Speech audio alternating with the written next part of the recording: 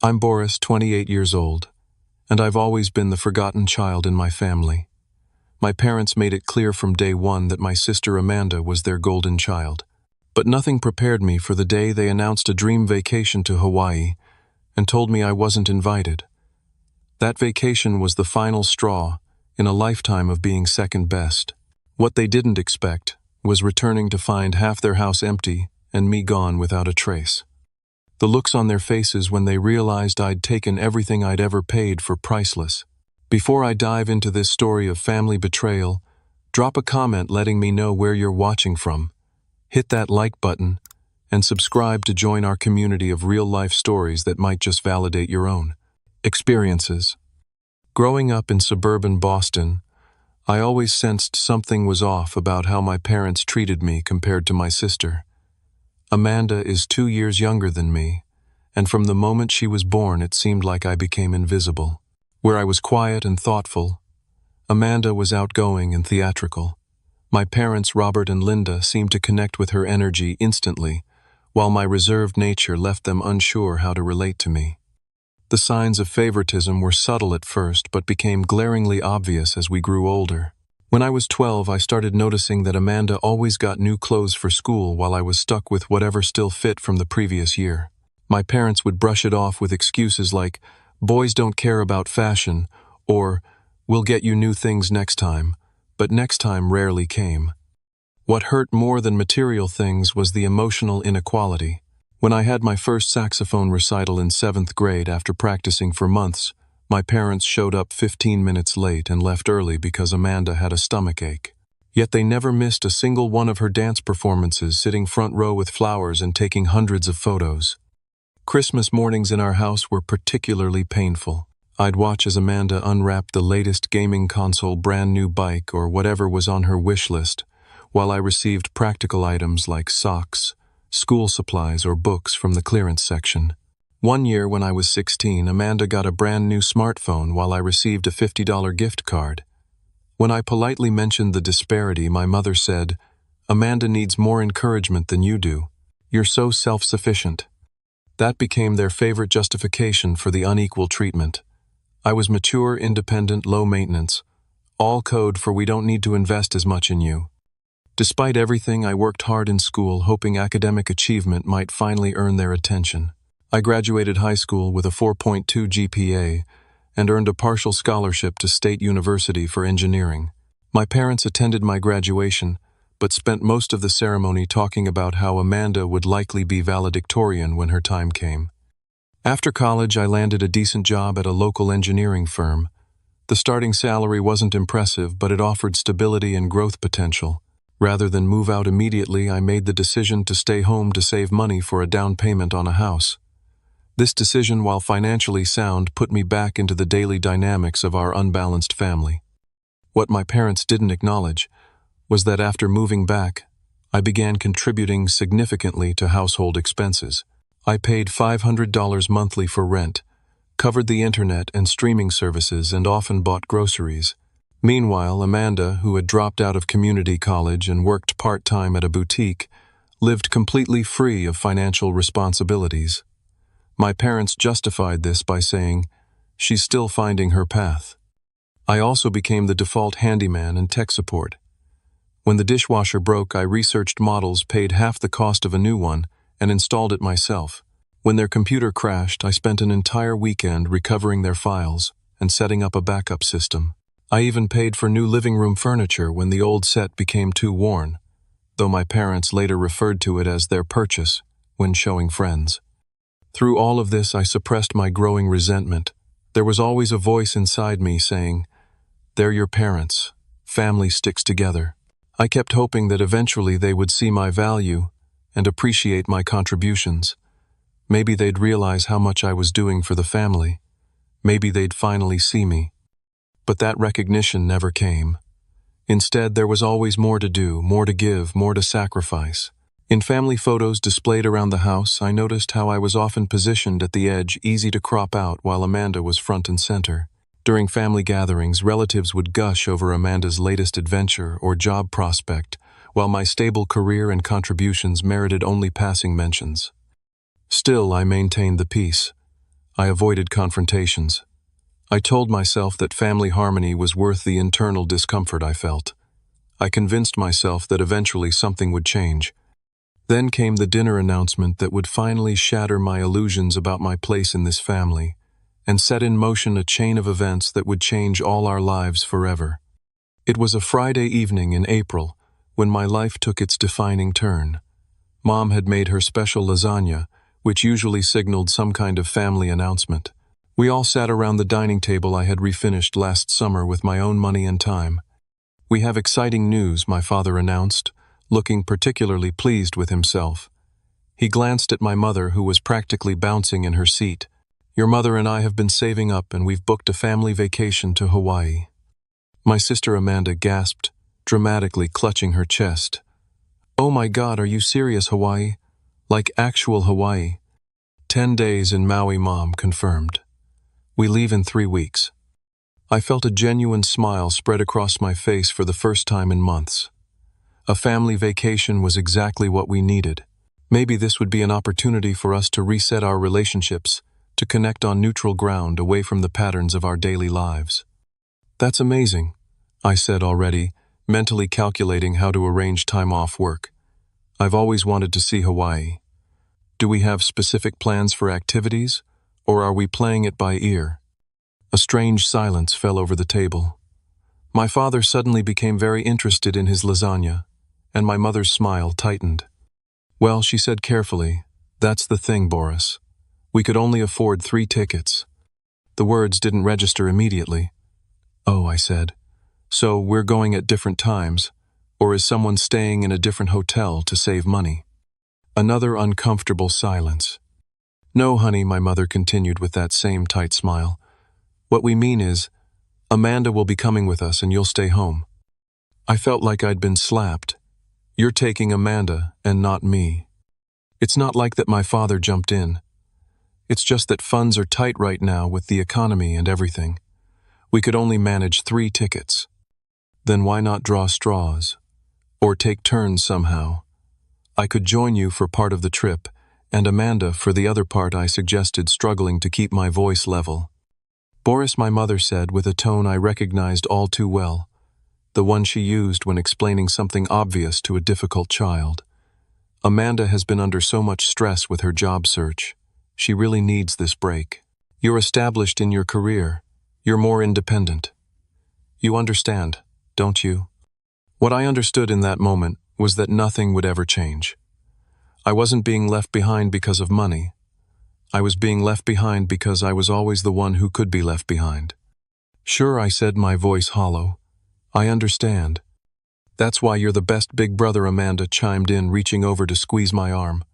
"Always so understanding." The rest of dinner passed in a blur of Hawaii talk. Which beaches they'd visit, the luau they'd attend, the snorkeling spots they'd explore. I nodded and smiled at appropriate intervals, while something cold and final settled in my chest. After dinner, I retreated to my room and sat in silence, staring at the wall. Through the floor, I could hear them in the living room laughing and excitedly discussing details of their upcoming adventure. My father mentioned something about renting a convertible, an extravagance that contradicted their claim of financial constraints. Later that night, I overheard my parents talking to Amanda in the kitchen. "Make sure you don't post too many vacation photos on social media," my mother was saying. "Boris might feel left out." "He'll be fine," my father replied. "He's always fine." The 3 weeks before their departure were painful. Every day brought new preparations that excluded me. Shopping trips for new swimwear and summer clothes. Guidebooks spread across the coffee table. Discussions about restaurant reservations and excursions. I maintained my composure, even helping them research the best spots for authentic Hawaiian food. When my mother struggled with the online check-in, I walked her through it. When my father worried about leaving the house empty, I assured him I'd keep an eye on everything. The night before their departure, I helped them pack. My mother seemed momentarily uncomfortable when I handed her the new beach bag I'd bought her as a gift. "That's so thoughtful," she said. "Are you sure you're okay with us going without you?" "It's fine," I said, the lie coming easily after so much practice. "Someone has to hold down the fort, right?" The next morning, I drove them to the airport. Amanda bounced in the back seat, listing all the Instagram photos she planned to take.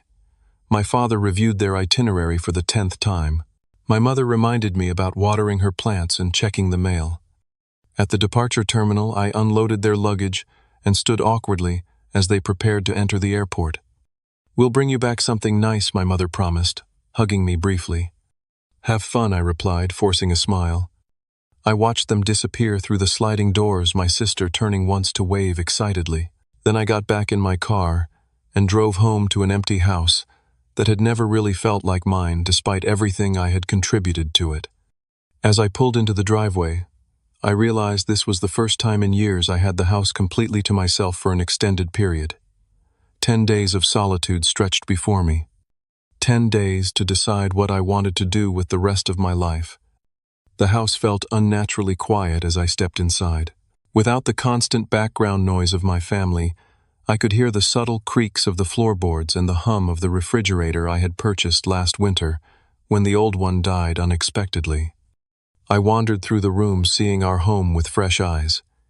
In the living room stood the entertainment center I had built from scratch. The couch I had saved for months to buy when Mom complained about backaches from the old one. The smart TV I had gifted the family for Christmas 2 years ago.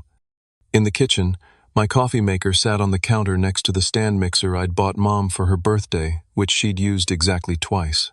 The dining room featured the table I had refinished and the chairs I had reupholstered after a weekend workshop. It was startling to realize just how much of what made this house comfortable had come from my wallet and my labor. Yet in family conversations, these items were always referred to as our new couch or the TV we got last year. Curious about what else I might discover, I ventured into the rarely visited guest room closet where family albums and memorabilia were stored. I pulled out photo albums dating back to my childhood, settling onto the floor to flip through them. The visual evidence was undeniable.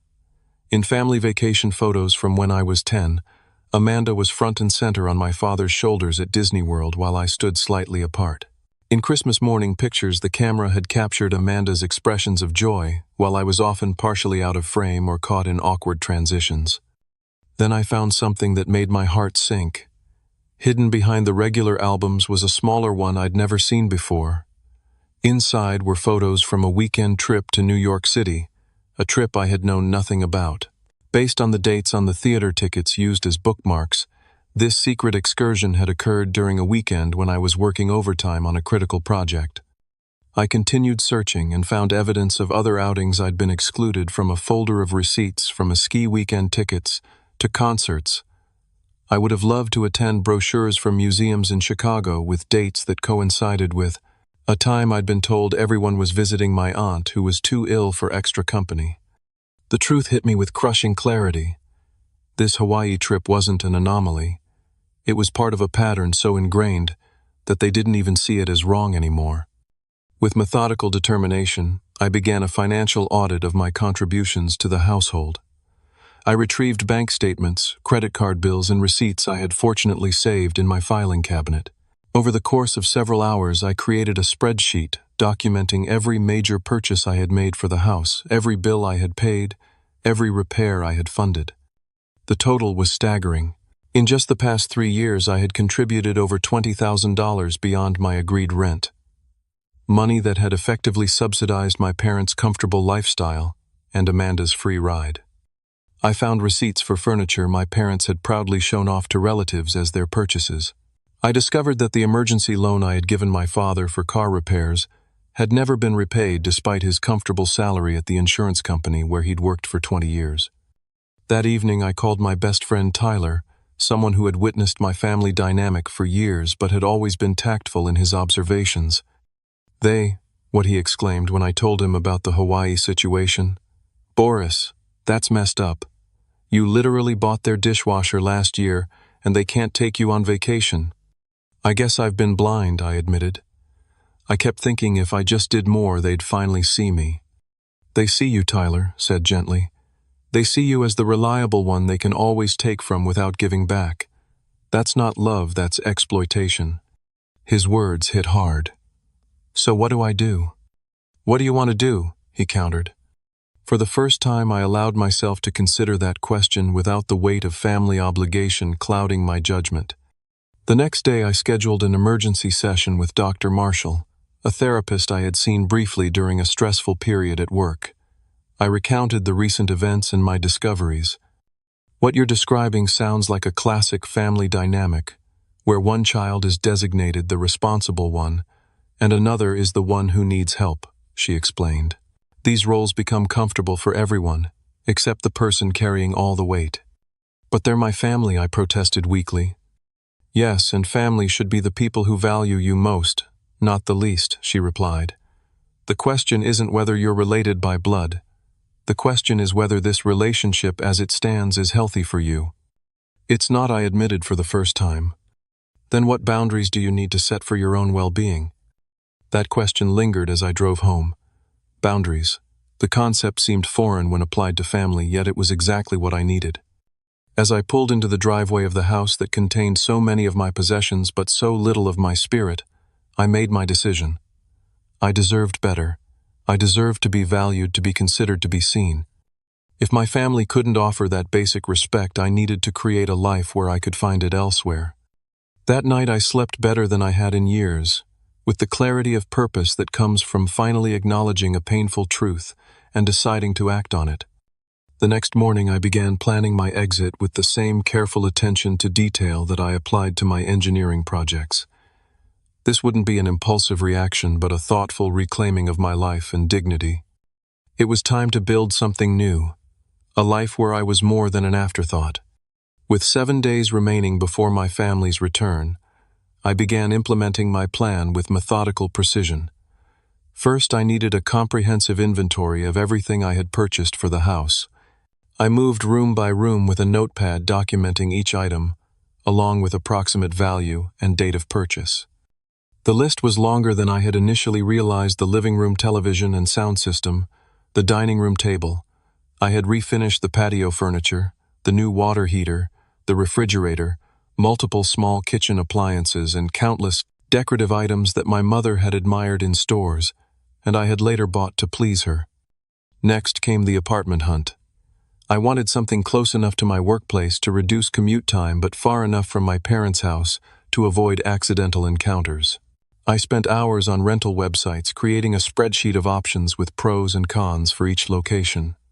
By the third day of my solitude, I had scheduled viewings at 5 promising apartments. The second property I visited, a modern one-bedroom with large windows, a small balcony, and a reasonable rent, immediately felt right. The property manager, a friendly woman named Barbara, seemed impressed by my preparation and financial documentation. Most people your age don't have their finances this organized, she commented as she reviewed my credit report and bank statements. I've been planning this move for longer than I realized, I replied, surprising myself with the insight. By that afternoon, I had signed a lease agreement, beginning immediately with the first month's rent and security deposit paid from my savings account. I now had a new address, a new starting point. The next day, I visited the apartment with measurements and began ordering essential furniture for delivery. A bed, a couch, a dining table, kitchen essentials, only what I would need immediately. I could build the rest of my home, gradually choosing each item with purpose rather than necessity. I took 2 personal days from work to focus on the logistics of my move. I contacted a local moving company and scheduled them for the day before my family's return. Then I began the careful process of packing my belongings, starting with my bedroom. As I sorted through years of accumulated possessions, I made thoughtful decisions about what to keep. Some items held painful memories of trying to earn approval that never came. These I donated. Others represented genuine achievements or happy times, independent of my family's validation. These I carefully packed. The most complicated part was determining the ownership line for household items. I was determined to be scrupulously fair, taking only what I had genuinely purchased with my own money. I gathered receipts where I had them, and bank statements showing purchases where I didn't. I created a detailed spreadsheet documenting each item I planned to take its purchase date, price, and method of payment. I made copies of all receipts and supporting documentation. I wasn't planning to steal anything. I was simply reclaiming what was legitimately mine. By day 5, my bedroom was packed into labeled boxes, and I had begun carefully removing my items from the shared spaces of the house. I worked systematically, filling the garage with packed boxes ready for the movers. On day 6, I visited my new apartment again to accept deliveries of my new furniture. I spent a few hours arranging the basics and setting up utilities in my name. The space was taking shape, becoming mine, in a way the family home had never been. That evening I sat at the dining room table and composed a letter to my family. I wrote and rewrote it several times, striving for a tone that was clear and firm but not vindictive. I wanted to explain my actions without seeking to hurt them as they had hurt me.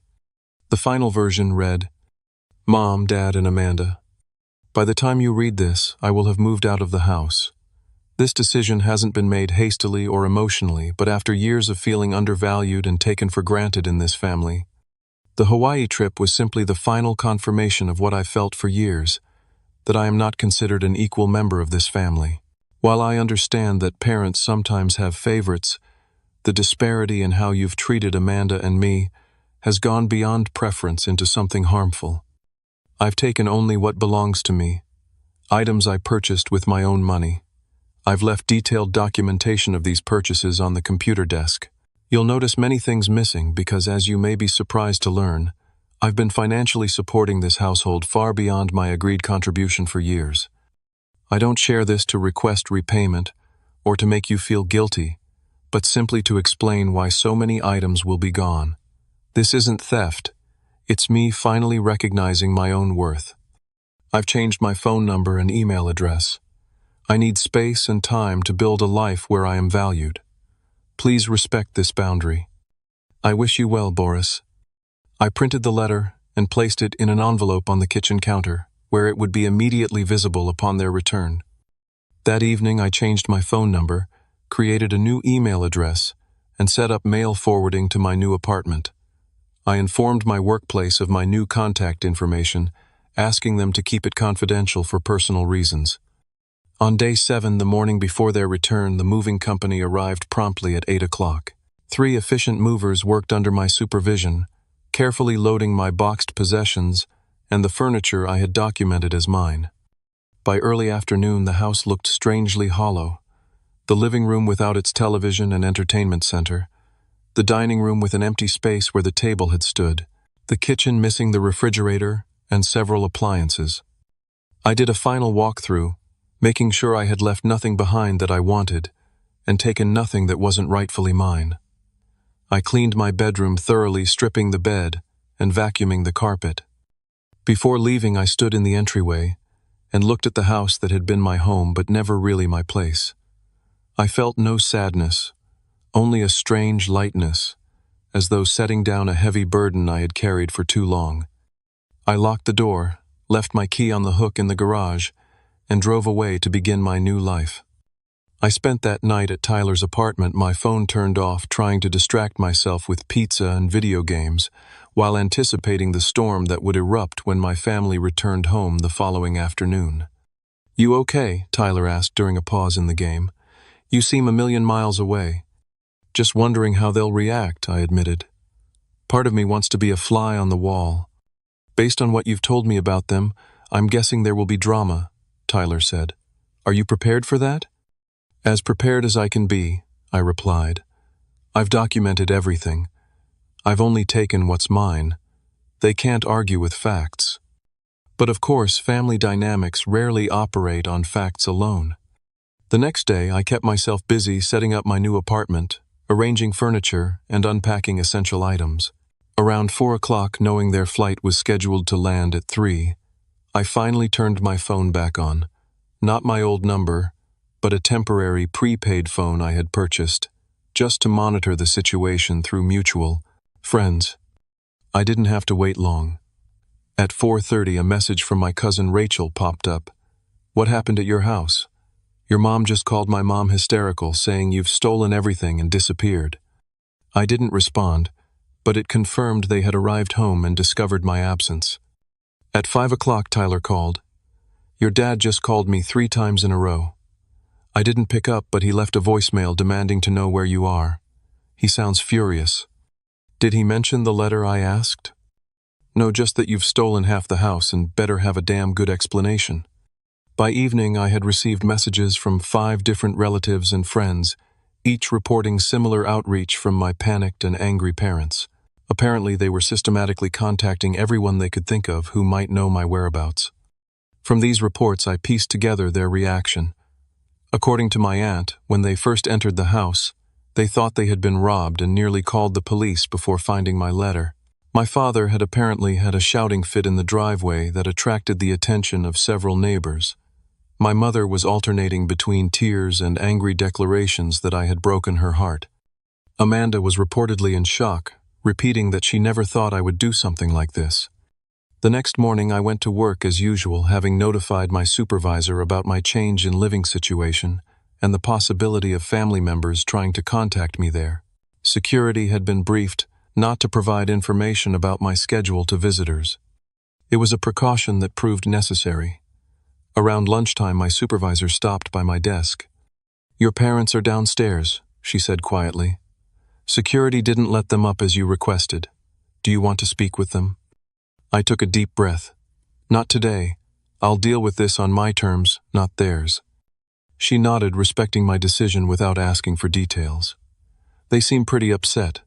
Security said they might wait in the parking lot. "Thanks for the warning," I said. When I left work that evening, I spotted my father's car immediately. He and my mother were sitting inside, scanning the exit doors. I considered slipping out another way, but then decided against it. This confrontation would happen eventually. It might as well be now on neutral territory. As I approached my car, they spotted me and rushed over.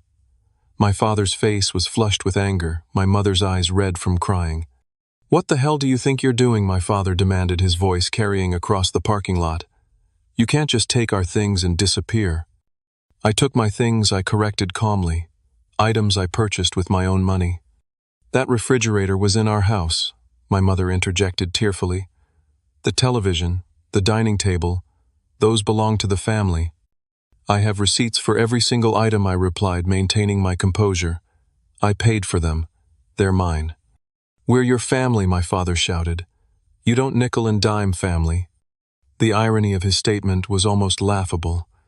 "Like you didn't nickel and dime me out of a family vacation?" I asked quietly. That brought a moment of uncomfortable silence. "That was different," my mother finally said. "We explained the situation. We couldn't afford 3 tickets.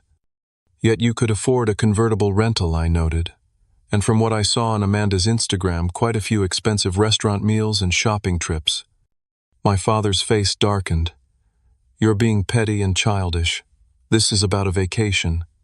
You dismantled our home." "No, this isn't about a vacation," I clarified.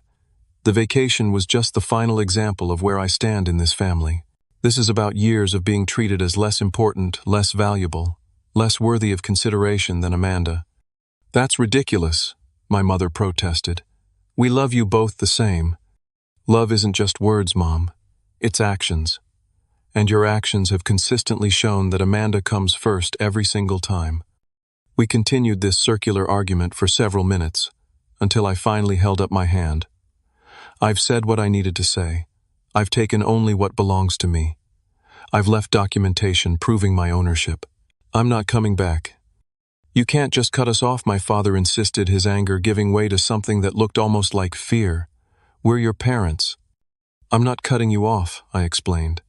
"I'm establishing boundaries. When you're ready to acknowledge how you've treated me and make genuine changes, we can talk about building a new relationship." I got into my car, ignoring their continued protests, and drove away, watching them shrink in my rearview mirror. 3 days later, Amanda showed up at my workplace.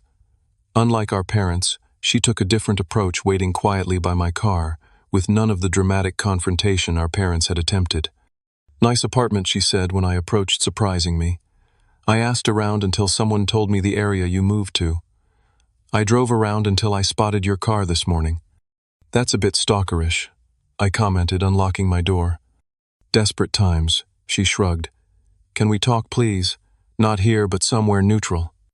Against my better judgment, I agreed to meet her at a coffee shop a few blocks away. When we were settled with our drinks, she looked at me with an expression I couldn't quite read. "They're really upset," she began. I imagine they are, I replied. Their live-in handyman ATM and emotional punching bag has left. She winced. Is that really how you see it? How else should I see it, Amanda? They left me behind for a vacation they clearly could afford to include me in. That was just the last in a lifetime of moments where I was the odd one out. I didn't realize, she said softly. I mean, I knew they were harder on you, expected more from you, but I didn't see how it all added up. Because you were benefiting from it, I pointed out. She didn't deny it, which surprised me. They want their stuff back, she said instead. Dad's talking about legal action. I laughed without humor. Let him try. I have receipts for everything I took. I paid for it all, not them. The house looks empty, she admitted. I didn't realize how much of the stuff was actually yours. Neither did they, apparently. They just assumed everything in their house belonged to them regardless of who paid for it. Amanda fidgeted with her coffee cup. They're saying you stole from them out of jealousy over the Hawaii trip. They can say whatever makes them feel better, I replied. The truth is, in the documentation I left behind. Did they even look at it? Dad threw it in the trash, she admitted. But I took it out later and looked through it. It's a lot of money you've spent on the house. Yes, it was. We sat in silence for a moment before she asked, Are you really not coming back? Not to that situation, no. I deserve better than to be treated as an afterthought in my own family. What about me? She asked in a small voice. I know I've been privileged, but you're still my brother. I considered her question carefully. That's up to you, Amanda. I'm building a life where I'm respected and valued. If you want to be part of that life, you'll need to recognize the dynamic that existed and not perpetuate it. She nodded slowly. I'd like to try. As we parted, she hesitantly hugged me. For what it's worth, I missed you in Hawaii. It wasn't the same without you. It was the first genuine acknowledgement from any family member that my absence mattered. It wasn't much, but it was something. When I returned to my apartment that evening, I had 3 voicemails from my mother on my work phone, each more desperate than the last, culminating in threats about family heirlooms I had supposedly taken, I hadn't, and warnings about destroying the family. I didn't respond. The family as it had existed was already broken, had been long before I removed myself from the equation. What might grow in its place remained to be seen. In the weeks that followed, I settled into a routine in my new apartment. Each day, the space felt more like home, not just because of the physical items I had brought or newly purchased, but because it was truly mine. I made decisions based solely on my preferences, from the color of the shower curtain to the arrangement of furniture. For the first time, I wasn't considering how my choices would be judged by my parents or compared to Amanda's tastes. I joined a local rock climbing gym, something I had wanted to try for years but had never prioritized. I started cooking for myself, experimenting with recipes rather than conforming to my family's preferences. I even adopted a cat from the local shelter, a quiet, dignified gray tabby I named Archimedes, who seemed as appreciative of our peaceful home as I was. At work, I felt a new confidence that was noticed by my colleagues and supervisors. Free from the constant emotional drain of my family situation, I found energy for creative solutions and leadership opportunities I would have previously avoided. My parents continued their attempts to contact me through increasingly creative channels. When I blocked their numbers, they called from new ones. When I filtered their emails, they created new accounts. They sent letters to my workplace, had friends accidentally run into me, and once even had a pizza delivered to my apartment with a note begging me to call them. I maintained my boundaries firmly but without malice. I returned the letters unopened. I politely but briefly acknowledged their friends before excusing myself. I enjoyed the pizza but ignored the note. About 6 weeks after my move, I received an unexpected visitor at my apartment. My father's brother, Uncle James, who had always been kind to me but lived across the country, was at my door. Your mother called me in tears, he explained after I invited him in. Said you'd stolen everything and disappeared. I figured there had to be more to the story. Over coffee, I explained the situation, the years of favoritism, the financial exploitation, and the Hawaii vacation that had finally opened my eyes. Uncle James listened without interruption, occasionally nodding with a grim expression. When I finished, he sighed deeply. "I wish I could say I'm surprised," he said. "Robert always had a blind spot when it came to your sister, even when you were kids. I've mentioned the imbalance to him a few times over the years, but he dismissed it." "You noticed?" I asked, surprised. It was hard not to notice, especially as an outsider who only saw you all a few times a year. The contrast was pretty stark. He paused. "For what it's worth, I think you did the right thing. Sometimes people don't recognize toxic patterns until there are consequences." His validation meant more than I expected. Here was a family member who had seen the situation clearly and understood my response to it. 2 days later, my parents escalated their efforts. I was leaving work when I spotted them waiting in the parking lot again. This time their demeanor was different, less angry, more desperate. "Please, just 5 minutes," my mother pleaded as I approached my car. Reluctantly, I agreed. 5 minutes. Here in the parking lot. "We want you to come home," she began immediately. "Whatever issues you think we have, we can work them out as a family." "I don't think we have issues, Mom. We do have issues, serious ones, and they won't be solved by me moving back into an environment where I'm constantly devalued." My father stepped forward. "Look, we've discussed it and we realize we may have shown some favoritism toward Amanda over the years." It was the first acknowledgement, however mild, that they had ever made. "But taking all your things and disappearing without warning was an extreme overreaction," he continued, undermining his momentary insight. "You hurt your mother deeply.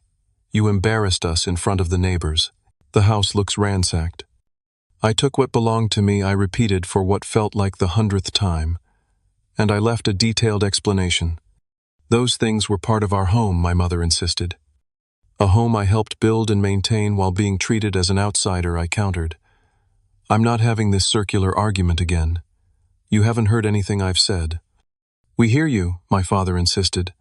"You felt left out of the Hawaii trip. We get it. We'll plan another vacation and include you next time." His complete misunderstanding of the depth of the issue was almost impressive. This wasn't about a single vacation. It was about a lifetime of subtle and not-so-subtle messages that I was less important, less loved. "This isn't about Hawaii," I said firmly. "This is about 28 years of consistent favoritism and taking me for granted. One vacation promise doesn't fix that." "So what do you want?" my father demanded, frustration evident in his voice. "Money. Is this some kind of extortion?" "I don't want your money," I replied, keeping my voice level. "I want acknowledgement of the pattern. I want genuine change. I want respect." "We respect you," my mother protested weakly. "Your actions say otherwise." Our conversation continued in this vein until I finally checked my watch. "Your 5 minutes are up. I have nothing more to say until you're ready to truly listen."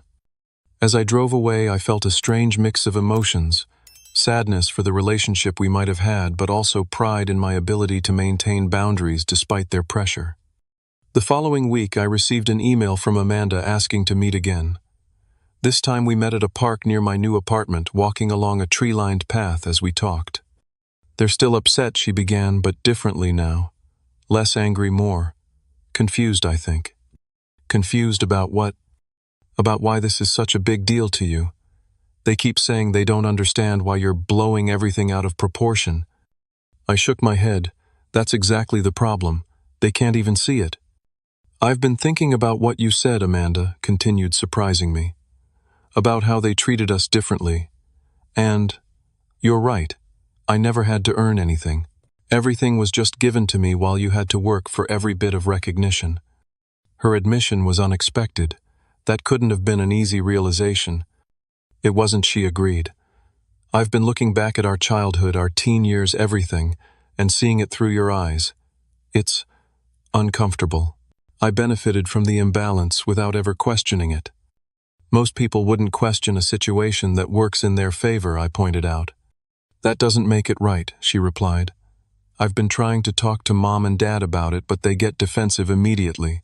They're still fixated on the stuff you took. Because it's easier to be angry about missing appliances than to examine their behavior for decades," I suggested. Amanda nodded slowly. "I told them they need to really listen to you, not just wait for their turn to speak. I'm not sure it sank in, though. As we walked back to our cars, Amanda hesitated. "I miss my brother," she said simply, "and I'm sorry I didn't see what was happening all these years." It was the most genuine thing she had ever said to me. "I appreciate that," I replied. "Maybe we can build something new, something healthier." The next confrontation came from an unexpected quarter. One evening, I received a call from a number I didn't recognize. Against my better judgment, I answered. "Boris, it's Barbara, from next door, your parents' neighbor." The older woman who had lived beside our family home for 15 years sounded concerned. "Your parents are telling everyone you stole from them and abandoned the family. I wanted to hear your side." I explained the situation briefly, emphasizing that I had taken only what I had personally purchased. "I thought it might be something like that," she said. "Your father was always quick to show off new things but never seemed to mention they came from you. I remember when you installed that beautiful patio set last summer. He was bragging about it at our neighborhood barbecue, as if he'd picked it out himself." "That sounds familiar," I agreed. "Well, for what it's worth, not everyone believes their version of events," she said firmly. "Several of us noticed over the years how they treated you versus your sister. It wasn't right." It was oddly validating to know that even relative strangers had observed the disparity that my own parents refused to acknowledge. About 2 months after my departure, the final confrontation occurred. My parents showed up at my apartment unannounced. Amanda must have given them my address, though I couldn't bring myself to be angry with her for it. When I opened the door to their unexpected knock, they pushed their way inside before I could object. "So this is where you've been hiding," my father said, looking around critically. "With all our furniture." "My furniture," I corrected, as the receipts I left clearly showed. "We want to resolve this situation," my mother said, sitting down on my couch without invitation. "This has gone on long enough." "I agree," I replied calmly. "Have you come to apologize for the years of favoritism and take responsibility for the toxic family dynamic you created?" My directness caught them off guard. They exchanged glances. "We may have made some mistakes," my father admitted grudgingly. "All parents do.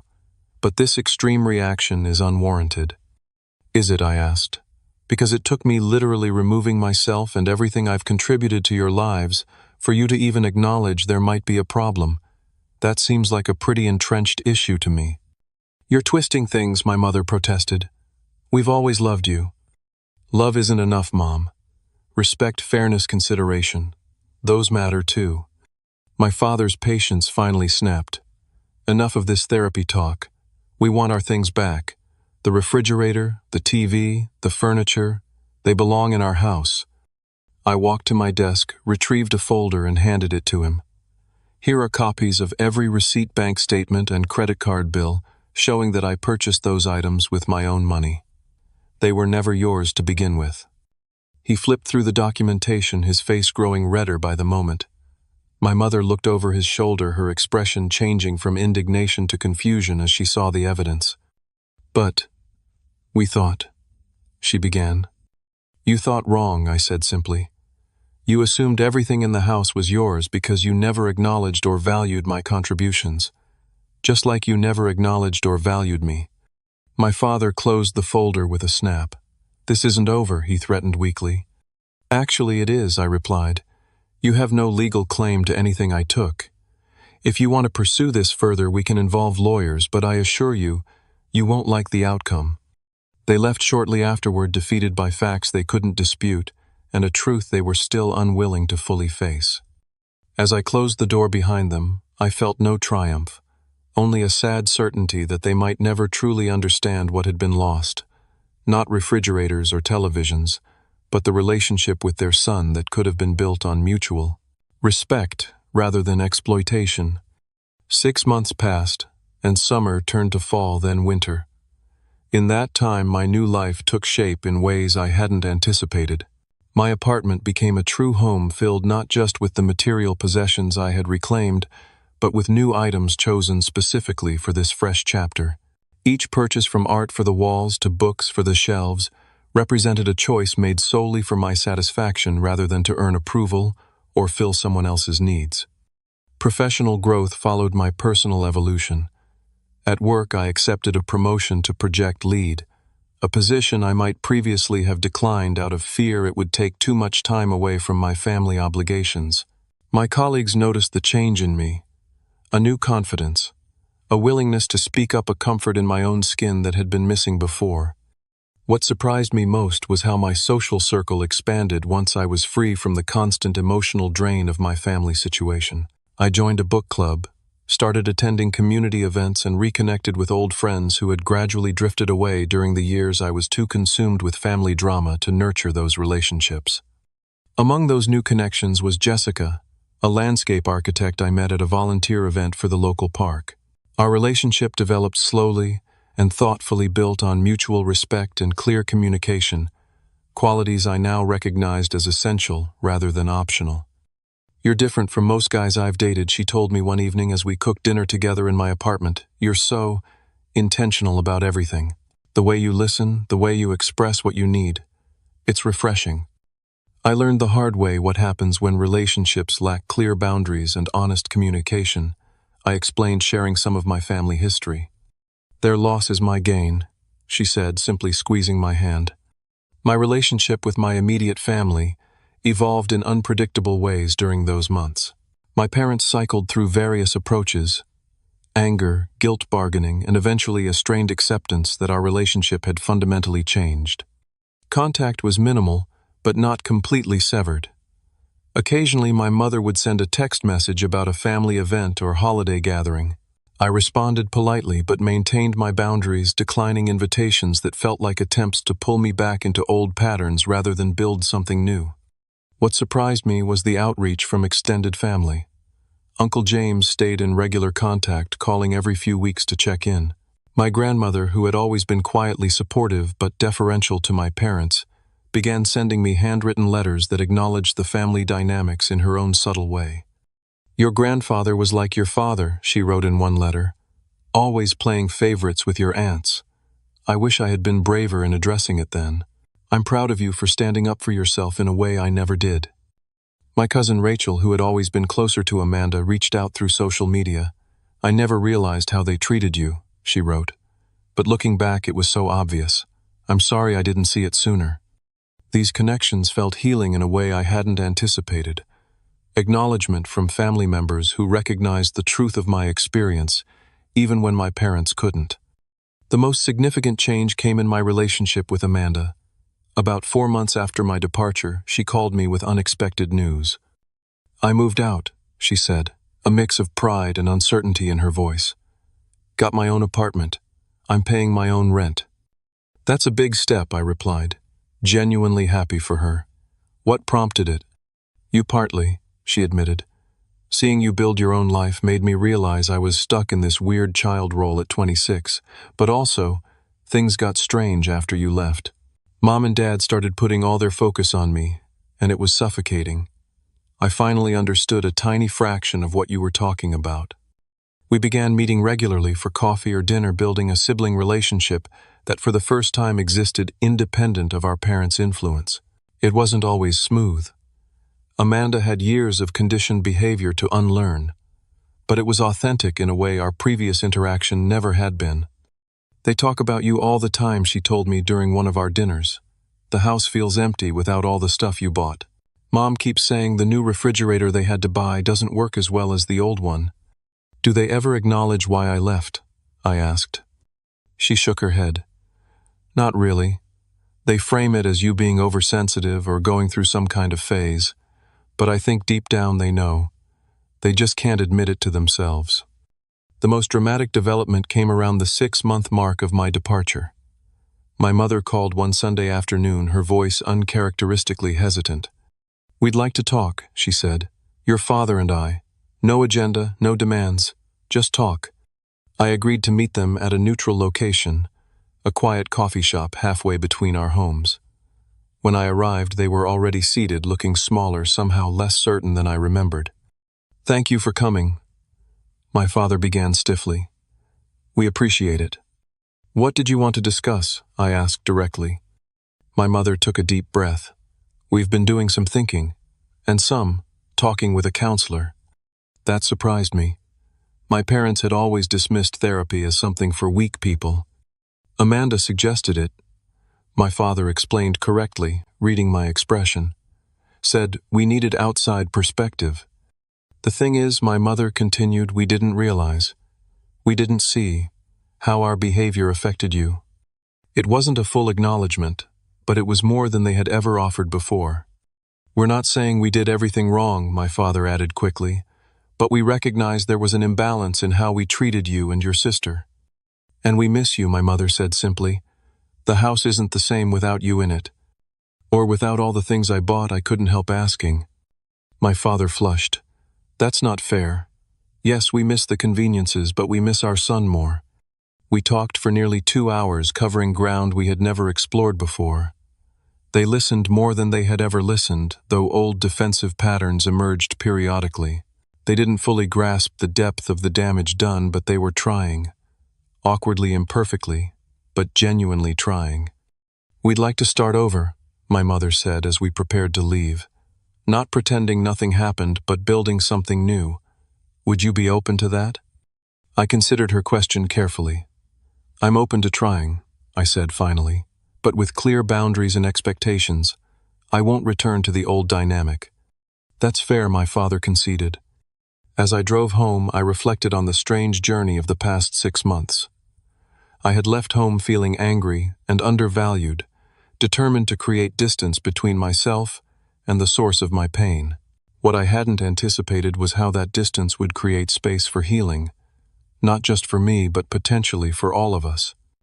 I had no illusions that one coffee shop conversation had solved decades of dysfunctional family patterns.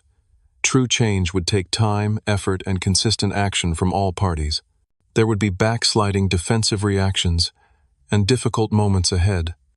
But for the first time, I faced those challenges from a position of strength rather than need. I had built a life that was fulfilling on its own terms.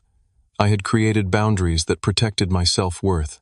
I had discovered that family, whether biological or chosen, should be a source of support and respect, not a drain on your spirit. The most valuable lesson I learned through this experience was that sometimes walking away isn't an ending but a beginning. Sometimes the bravest thing you can do is refuse to accept treatment that diminishes you, even when that treatment comes from those who are supposed to love you most. And sometimes that refusal becomes the catalyst for change that would never have happened otherwise. I don't know what the future holds for my relationship with my parents. Perhaps we'll build something healthier than what came before. Perhaps we'll maintain a distant but cordial connection. Perhaps they'll eventually revert to old patterns and I'll need to step back again. What I do know is that I'll face whatever comes from a place of self-respect and clear boundaries. I know my worth now, and I won't settle for being anyone's afterthought again, not even family. If you've stayed with me through this story, perhaps you've recognized elements of your own family dynamics. Maybe you're the forgotten child, the responsible one, the one who gives more than they receive. If so, remember that you deserve recognition, appreciation, and equal standing in your relationships.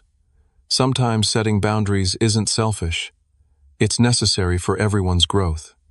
What about you? Have you ever had to make a difficult decision to protect your self-worth? Drop a comment below sharing your experience. If this story resonated with you, please hit the like button, subscribe to hear more real-life stories, and share this video with someone who might need to hear that it's okay to stand up for themselves, even against family. Thank you for listening, and remember your value isn't determined by how others treat you, but by how you choose to treat yourself.